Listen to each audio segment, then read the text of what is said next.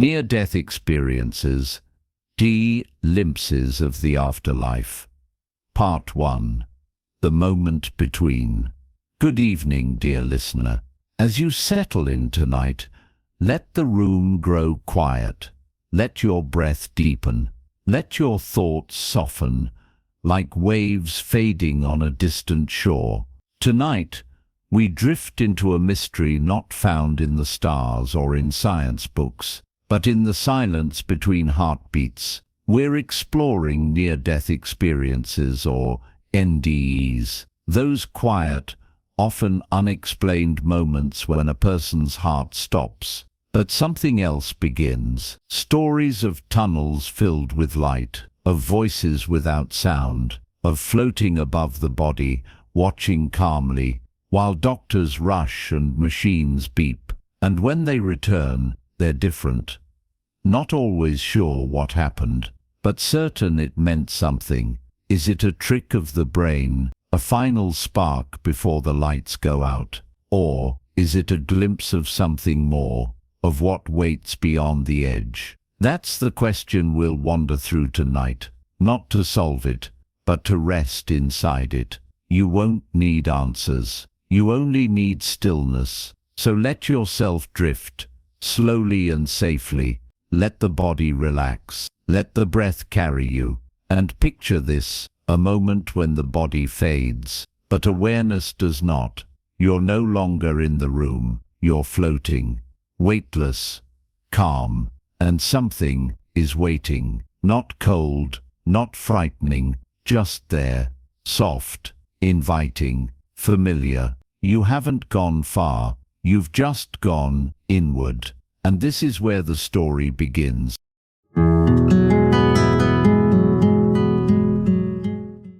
Part 2. Out of body into light. Welcome back. You're deeper now, breath steady, mind open. We continue in that quiet space between life and something else. Many who've had near-death experiences say the first moment is strange, but not frightening. It begins with a separation. They see themselves from above, their body below still, machines clicking, people moving fast, but they are floating, calm, detached. There's no panic, no pain, just peace. Some feel drawn upward, like they're being carried. Others say time stops, or no longer matters. A few describe moving through walls, seeing rooms they never entered, hearing conversations they weren't part of, later confirmed by others, even though their heart had already stopped. This part of the experience is often quiet, but clear, as if awareness has shifted gears, as if the mind has stepped out of the body and into something wider. There's no doubt, they're still them, but free. Light becomes a theme, not the light of the sun, not a bulb, something softer, more complete. It seems to call them forward, but without words, without force. It's like remembering a place they've never been, but somehow always known. Some resist. Some don't want to leave, but all describe the same pull, the same peace, the same light. So as you lie here still and weightless, let your thoughts float above you, detached, calm, observing gently. You're not leaving. You're just listening to what it might feel like to rise and look back.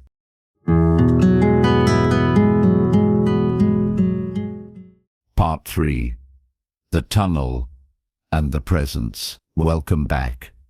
You're quiet now, deeper than before, drifting between breath and dream. And now we step further, because many who have near-death experiences speak of a passage, a tunnel, not made of stone or shadow, but of light, of motion, of peace. They describe moving through it, not walking, but gliding, fast, yet without fear, drawn forward, not by force, but by something that feels like love. Some say it's a spiral, others, a long stretch of glowing space. A few feel stars pass them by. Some hear music, but not like we know it, more like a tone that carries emotion, something that makes you feel understood. And at the far end of this tunnel, a presence, not a figure, always, but a knowing, something that sees you completely and still embraces you. There's no judgment, no punishment, only a sense of being remembered, recognized, as if your soul had been away and was now returning. Some see loved ones, some hear names, some simply feel surrounded by peace so deep it cannot be described. And in that moment, everything makes sense, not in detail, but in meaning, like waking up from a long dream and knowing you're home. So tonight, as you rest in the quiet, imagine that tunnel, that path of light, through the dark, not to escape, but to feel safe. It's not a place, it's a feeling, and right now, it welcomes you.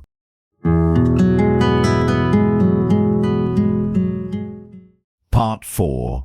The Life Review. Welcome back. You're floating now. No past, no future. Just this soft, steady now. And here, in this place beyond the body, something remarkable happens. Many who return from near-death experiences describe a moment, still gentle, where they relive their entire life. Not as memories, but as experience. It's called the Life Review. They see moments from childhood, small gestures, words said and unsaid, even things they forgot. But it's not just watching. They feel it, not only as themselves, but through the hearts of others. They feel how their words made someone smile or hurt. They feel the joy they gave, the pain they caused, not judged, not punished, just shown. Everything matters, even the smallest kindness, even the unnoticed moments. They ripple, they echo. Some say this isn't about guilt or reward. It's about understanding, to see how connected we are, how even one choice can lift or weigh on someone else's path.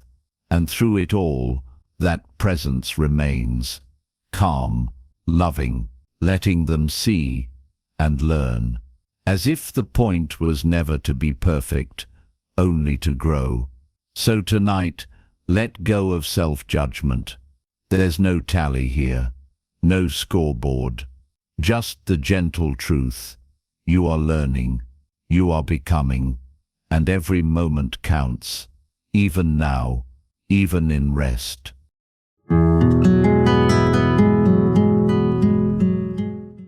Part 5. The Place That Isn't a Place. Welcome back. You're deep now. Thoughts quiet, body soft, breath slow. And now we arrive at a part of the journey that defies explanation. Because after the tunnel, after the presence, after the life review, some describe arriving in a place. But it's not quite a place. Not with walls, or ground, or sky. It's more like a feeling made real. A landscape shaped by peace. Some say it was a field, endless, golden, pulsing with light. Others saw a vast city of energy, structures not made of matter, but of light and harmony. Some stood at the edge of a river, others floated above gardens unlike anything on earth. There were no shadows, no time, just presence. Some were greeted by beings of light, not people, exactly, but familiar, warm, safe. Some heard music, not played, but woven into the space itself.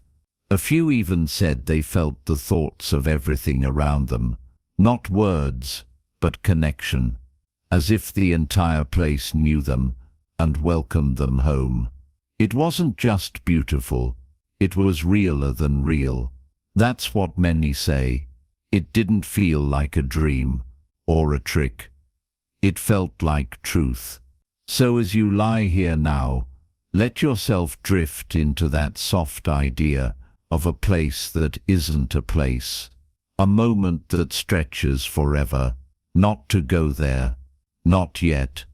Just to feel that something might be there, waiting.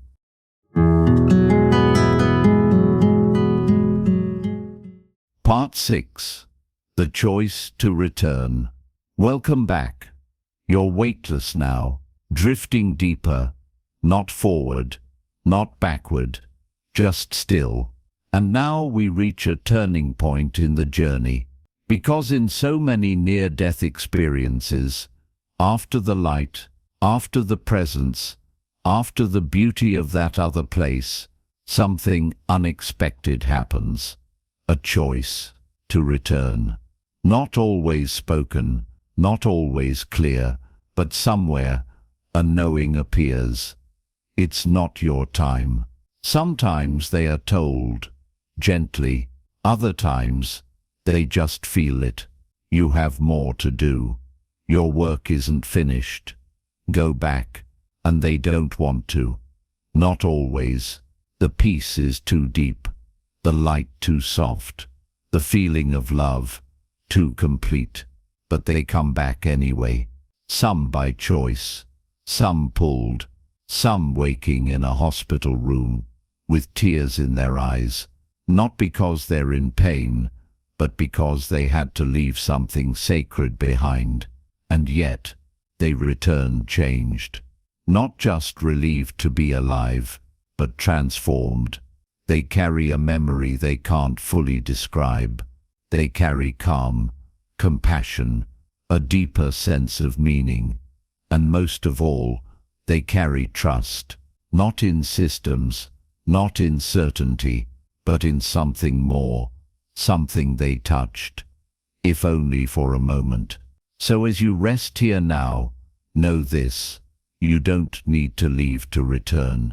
You don't need to die to remember what's important.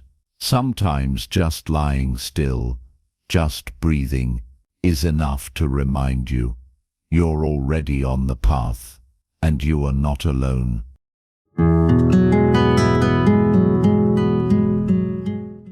Part 7. Returning with New Eyes. Welcome back. You're resting now, body still, mind wide open, heart quiet. And now, we follow those who returned. Back from the tunnel, back from the light, back into the hum of machines, the heaviness of the body, the ticking of time. And yet something's changed. People who've had near-death experiences often say the world looks different. Colors seem brighter. Time feels slower. Moments matter more. They no longer fear death, but they don't chase it either. They simply live with more care, more kindness, more awareness of how delicate and beautiful it all is. Some change everything: careers, relationships, even their names. Others change quietly, becoming softer, more patient, more forgiving. Because once you've felt what waits beyond, you don't forget. You carry a thread of that light in everything you do. It doesn't mean life is easy. Pain still comes, doubt still visits, but the fear, the deep, bone-level fear of the unknown, it's gone. Because they know, not in theory, but in feeling, that what comes next is not an end, but a return. And so they move through life like someone walking with a lantern, not searching, not hurrying, just quietly lighting the way. So as you breathe here now, soft, slow, still, let a little of that light rest in you, not to change everything, just to remind you that you too carry something eternal.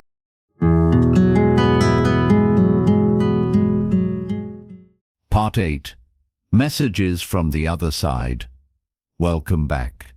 You're deep in the quiet now, floating gently, carried by breath, safe in the stillness. And now we turn to the messages, because many who return from near-death experiences bring something back, not just memories, but meaning, words they didn't invent, feelings they didn't expect, truths that weren't taught, just felt. Some say they were told, "You are loved, you are never alone." Everything is connected, not in a distant poetic way, but in a clear, unforgettable knowing. Some are told their life has purpose, even if they don't yet understand it. Others return with insights about the world, about healing, about time, about how small actions ripple in unseen ways. A few speak of things they couldn't have known, events that later came true, knowledge they never studied. But most of all, they speak of love, not romantic, not conditional, not limited, but a love so wide, so deep, that it changes how they see everything. They say this love surrounds us even now, invisible, but present, always. So as you rest here, listening gently in the dark, let that idea sit with you, that you are already part of something bigger, that you are already known, already held, and maybe, just maybe, the greatest message of all is not what lies beyond, but what flows through you right now.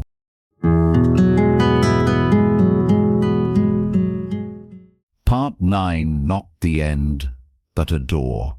Welcome back. You're floating gently now, mind open, body soft, eyes closed, and tonight we come to a deeper truth. Because for those who've touched the edge of life, death is not an end. It's a door, a transition, not into darkness, but into something more complete. They describe it like waking from a dream, like stepping out of a heavy costume, like remembering who you really are. There's no panic, no regret, only a strange, quiet joy, as if you finally exhaled after a very long breath. And here's the beauty of it. Once you've passed through that door, even briefly, you carry a light back with you. That light doesn't make you perfect, or fearless, or wise, but it does make you softer, more present, more aware of what matters. A moment with someone you love, the wind through leaves, a quiet night, like this one. Those who've returned say that we are not just passing through life, we are learning, remembering, returning. And death is not a wall, it's a doorway to what comes next. So as you rest now, eyes closed, heart steady, remember that nothing is truly lost. Not time, not love, not you. The path ahead is gentle, and it leads home.